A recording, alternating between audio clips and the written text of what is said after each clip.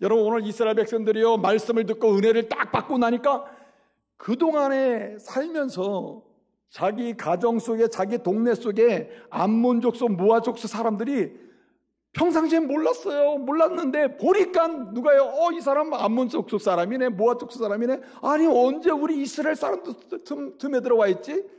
또 은혜를 받고 보니까 아니, 이건 동네에 들어와 있는 게 아니라 우리 집에 며느리로 들어와 있네. 우리 집에 일꾼으로 들어와 있네. 막 보이기 시작하는 겁니다. 은혜를 받고 나니까 하나님이 싫어하는 게 보이고, 은혜를 받고 나니까 하나님이 원찮는 게 보이는 거야. 은혜를 받고 나니까 하나님이 가지 말라고 하는 길이 무엇이고 가라는 길이 뭔지를 보게 된다는 말입니다. 그러니까 뭐가 일어나요? 고침이 일어난다고. 개혁이 일어나요. 개혁이. 그래서 저는요, 이 말씀을 듣고 읽고 하는 곳에서 이 말씀을 읽은 만큼 여러분 은혜 받아요. 믿으시기 바랍니다. 난 말씀을 읽는데 나는 은혜 못 받아. 그러니까 말씀 안 읽어도 은혜 받아. 그런 경우는 없어요. 그래서 저는 많이 깨달았어요. 내가 이전 같으면 젊은 학생들한테 학생 때 성경만 읽어야 된다고 막 하루에 10장씩 읽으라고 막 이렇게 했는데 작전을 좀 바꿨어요. 나이가 어떻게 됩니까? 제가 10대입니다. 10대 한 장만 읽어. 하루에 한 장. 나이가 어떻게 됩니까? 20대입니다. 하루 2장만 읽어. 나이가 어떻게 됩니까? 30대 3장 읽어. 40대 4장만 읽어. 50대 5장 읽어. 60대 6장 읽어. 70대 7장. 80대 8장. 90대는 9장 읽어. 왜 그러느냐? 여러분, 어릴수록 하나님 말씀을 하나하나 순수함으로 듣잖아요. 들으면 그 말씀으로 자기 허물 벗는 일이 굉장히 빨리빨리 반응이 와요. 근데 연세가 드시고 나이가 들고 세상 다 살아보니 내가 다 안다 막 이렇게 돼버려요. 그래가지고 어떻게 하냐면은 그냥 말씀을 읽지도 않고 고집은 세서, 아니 우리 교회는 안 그렇습니다만은, 그냥 주장을 해가지고 막 가르치고 막 그냥 실망시키고 이런단 말이에요. 그렇기 때문에 여러분, 연세가 드실수록 어떻게 되느냐? 저처럼 50대 후반으로 간 사람은 성경 5장을 읽어야 돼, 하루에. 성경을 읽을수록 은혜가 된단 말이죠. 말씀을 들을수록 은혜가 임하는 것입니다. 여러분, 듣지 않았는데 어찌 복음을 알리요 하는 것이 주님의 가르침 아닙니까? 예? 듣지 않는데 어떻게 복음을 알아요? 은혜가 임할 수가 없잖아요. 그래서 여러분, 초대교회를 보게 되면 초대교회가, 여러분 보세요. 초대교회가 얼마나 역사를 주도하는 그 순결한 능력이 막 나타납니까? 근데 초대교회 성령의 임재하심을 통해서 교회가 세워진 이후에 나타난 공통적인 특징이 하나가 뭐냐면은, 사도들이 가는 것보다 뭘 선포해요? 말씀을 선포하고 말씀을 가르치고 말씀으로 힐링, 케어를 해요. 그러니까 뭐가 나타납니까? 은혜가 임하게 돼요. 은혜가.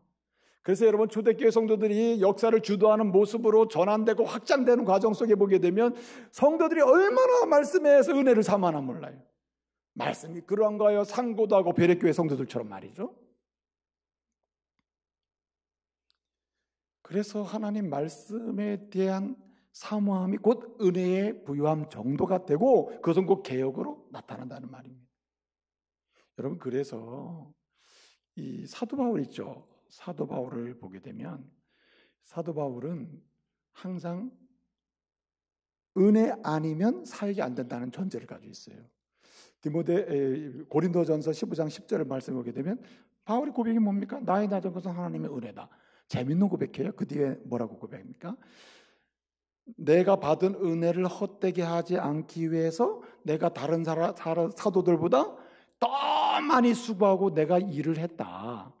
받은 은혜가 헛되지 않게 하기 위해서 다른 사도들보다 더 많이 일을 했는데, 알고 보니까 이것조차도 하나님의 은혜더라 라고 했습니다. 내가 다른 사람보다 더 많이 일을 했는데 은혜를 헛되지 않게 하기 위해서, 알고 보니까 이것도 하나님, 무슨 얘기냐?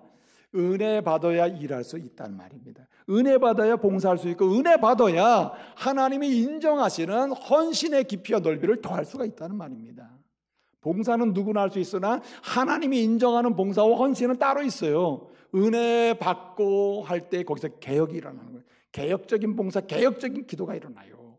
여러분, 어떤 사람은 기복적인 기도, 내가 복을 받아야 됩니다라고 기복적인 기도의 포로가 된 사람이 있지만, 어떤 사람은 타인을 위한, 세상에 연약하고 병들고 불쌍한 사람들을 위해 축복하는 중보의 기도의 사역에 아예 푹 빠져 있는 사람이 있죠. 이 차이가 뭔지 아십니까? 말씀에 은혜가 충만할 때 기도의 개혁이 일어나는 거예요. 기도의 개혁. 여러분, 헬런 켈러 있잖아요. 헬런 켈러는 못 보고 듣지 못하고 말하지 못하는 사람이었죠. 그런데 여러분, 얼마나 이 헬런 켈러라고 하는 사람을 통해서 하나님을 높이는 역사, 세상을 축복하는 역사 속에 그 엄청난 역사를 주도하는 인물이 되냐 말이에요.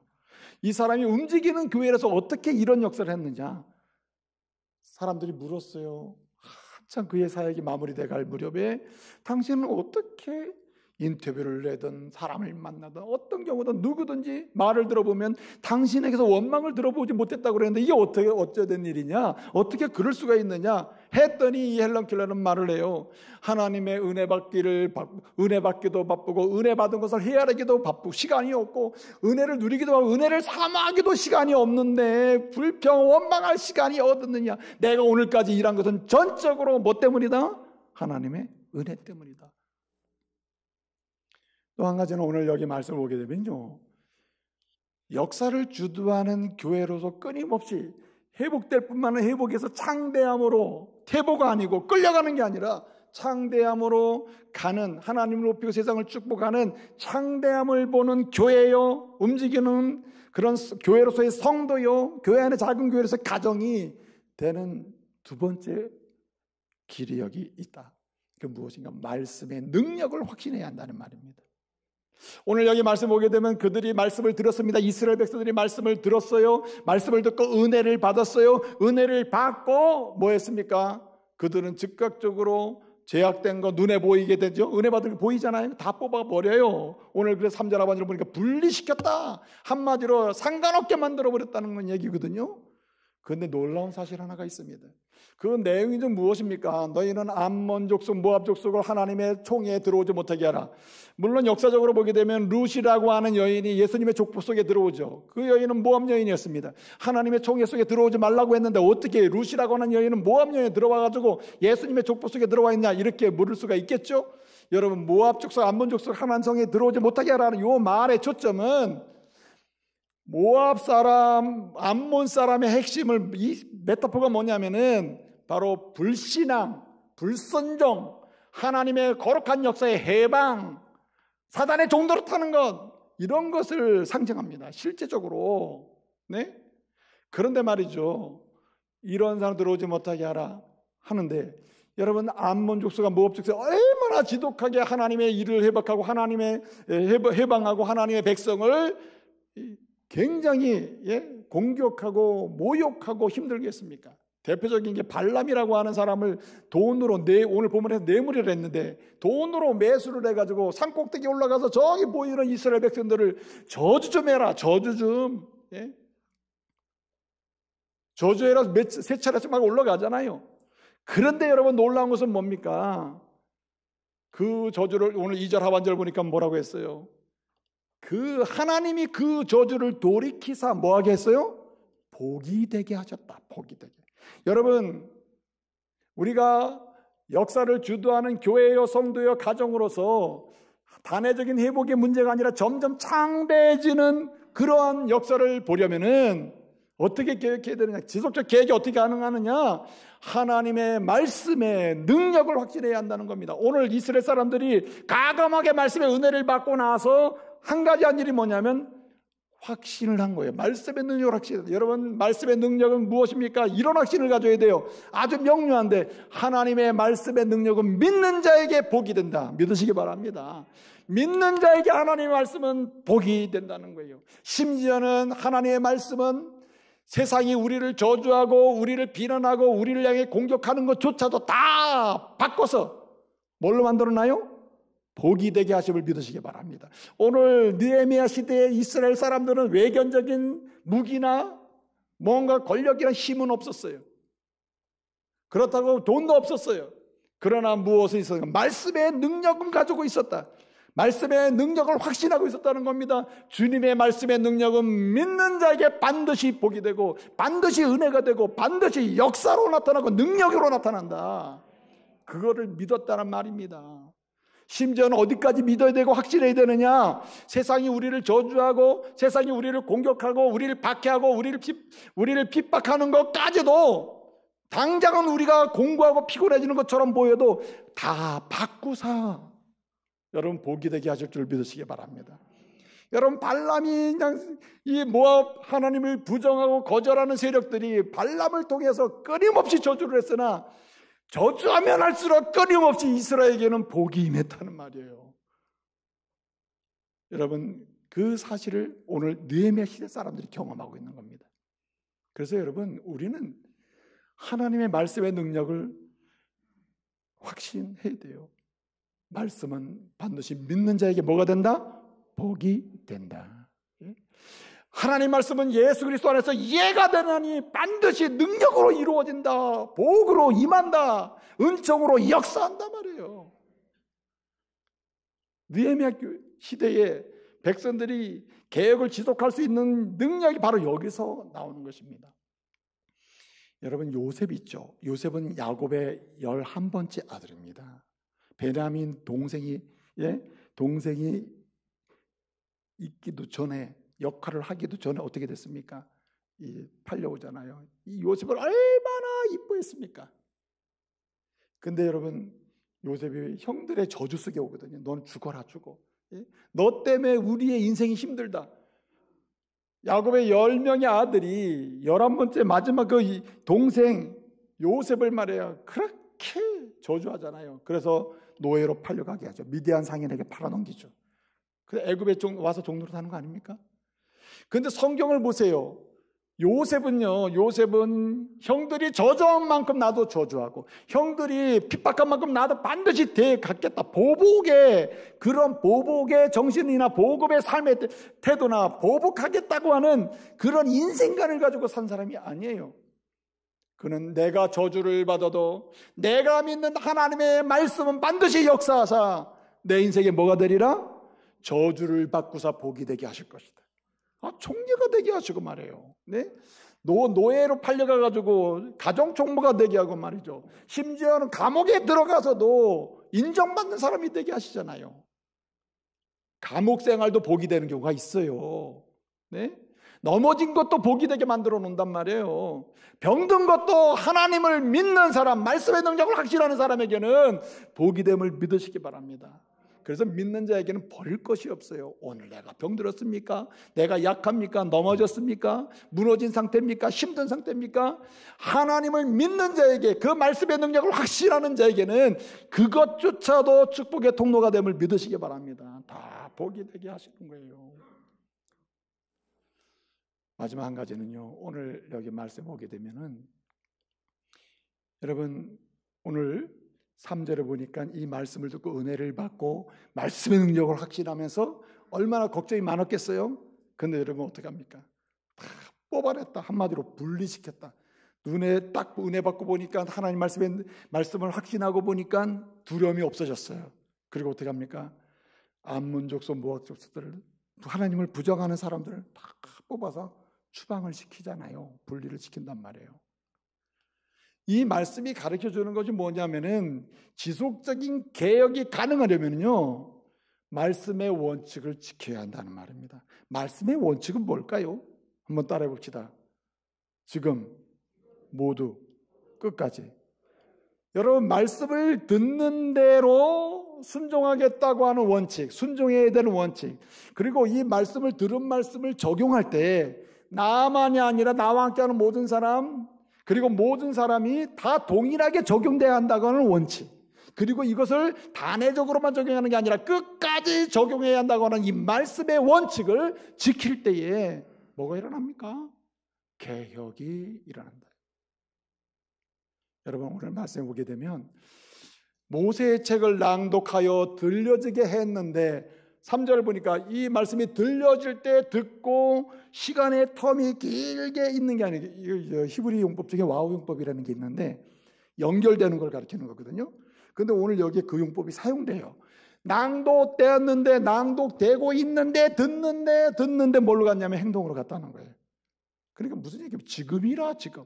아이고, 말씀에 은혜 받았습니다. 목사님, 내가 앞으로 10년 뒤에 이 말씀대로 살도록 한번 노력해 보겠습니다. 그 사람은 개혁 근처도 못 가는 거예요. 개혁의 은혜를 경험할 수 없어요. 역사를 주도할 사람이 아니에요. 역사를 주도할 수 있는 가문을 세울 수도 없는 것입니다.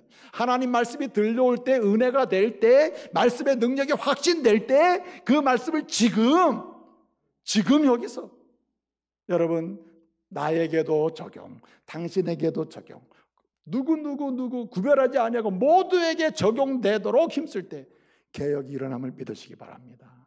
그때 개혁이 일어나는 거예요. 여러분, 이스라엘 사람들이 말씀을 통해서 은혜 받았습니다. 그리고 그렇구나, 겁먹지 말자. 우리가 비록 사람들에게 욕을 먹을 수도 있겠다, 말씀대로 가다 보면 비난받을 수도 있겠다. 그러나 그 비난조차도 복이 될 것이다, 말씀의 능력으로 확신하고, 그 다음에 어떻게 합니까? 오늘 말씀에 보니까 암몬 자손을 뽑아내고 모압 자손을 뽑아내요. 근데 여러분 생각해 보세요. 예? 동네에 들어와 있는 사람 추방하는 건 쉬워요. 뽑아내는 거 쉽죠. 그런데 따져보니까 우리 집에 며느리까지 모압 여인이 들어와 있는 거예요. 내 아들의 아내로 들어와 있는 거예요. 자리매കൾ 딱 하고, 하나님은 난 안 믿어, 그러나 당신 아들이 날 좋아해가지고 내가 결혼했어. 그리고 그냥 자리 잡고 있단 말이에요. 다른 사람을 쫓아내고 말씀대로 나가게 하셔야 됩니다 라고 말할 때는 쉬운데, 내 며느리 들어와 있는데 불신앙 며느리, 여러분 그 상하기 어려워요, 쉬워요? 이건 보통 일이 아닙니다. 여러분, 내로남불이라는 말이 이 시대에 너무 많이 쓰이잖아요. 내가 하면 로맨스, 남이 하면 불륜이라. 요즘처럼 여러분 개혁을 많이 말하는 시대가 어디 있습니까? 이 대한민국 사회에서요, 개혁이라고 하는 말이 신문지상, 멀티미디어 모든 매체에서요, 하여튼 가장 많이 사용되는 언어 중에 하나가, 단어가 개혁이라는 말이에요. 개혁. 그런데 여러분, 어쩌면 이렇게 시대는 더 시끄럽고, 이 시대는 왜 더 갈라지고, 이 시대는 더 흔들리고 더 음란하고, 진짜 불행한 것은요, 개혁 그러는데 여러분, 이 시대는 어떻게 됐습니까? 오히려 더 비도덕적이고 비윤리적이라, 양심이 멈춰지고 말이에요. 양심을 말하면 굉장히 우스운 시대가 돼버렸어요, 지금은. 그거 왜 그래요? 말씀의 원칙이 그리스도인들조차도 나에게는 적용 안 해. 다른 사람에게는 적용해요. 우리 집에는 적용 안 해요. 다른 집엔 적용합니다. 우리 교회는 적용 안 해요. 다른 교회만 적용해요. 우리 연령에는 적용 안 해요. 다른 연령에만 적용해요. 하나님의 말씀의 원칙이 지켜지지 않는 것입니다. 말씀의 원칙. 여러분, 그 바울이 말해요. 갈라디아서 6장을 보게 되면은 놀라운 사실 하나를 기록해 놓고 있는데, 게바가 책망받을 일을 했으므로 그 나에게 왔을 때 바울이 뭐라 그랬어요? 내가 그를 책망하였노라. 여러분, 베드로가 어떤 사람입니까? 베드로는 사도 중에 사도요, 수제자입니다. 수제자. 바울로 베드로를 비교해 보면 바울 사도는 늦게 사도가 된 사람이에요. 바울하고는 차원이 달라요. 어떻게 보면 베드로하고 이 차이를 보면, 베드로는 3년 동안 예수님을 따라다니면서 수제자로서 훈련받고 사도가 된 사람이에요. 바울은 예수님이 승천하신 이후에 은혜 가운데 나타나서 사도로 세워진 사람이란 말이에요. 그런데 바울이 그 대사도 베드로, 사도 베드로를 만났을 때 당신 말이야 막 책망을 했다는 말입니다. 내가 그를 책망하였노라. 그런데 그 뒤로 기록이 없어요. 베드로가 화가 나서 네가 뭔데 나한테 그러냐 말이야. 그러질 않았다는 거예요. 베드로 사도도 바울 사도도 한 가지 분명하게 가지고 있는 태도가 있었는데, 말씀의 원칙을 지켰다. 하나님의 말씀은 당신도 나에게도 동일하게 적용되어 있다. 오늘 본문의 말씀 보면은 모두를 분리시켰다는 데 모두에게 적용된다. 모두. 내 며느리도 불신앙, 당신의 며느리 불신앙 다 적용돼야 된다. 다 적용된다. 하나님이 싫어하는 나의 모습에도 적용되고 뽑아버리고, 당신에게 있는 것도 뽑아버리고 다 적용돼야 한다는 거예요. 그 지난주에 그 국감이 있어서, 국감이 모 총장을 놓고 이렇게 국감을 하는데, 작년인가 이 뭡니까 이 청문회 때 상황과 정반대가 된 거라 똑같은 팩트도 똑같고 이야기도 똑같고 달라진 거 하나도 없어요.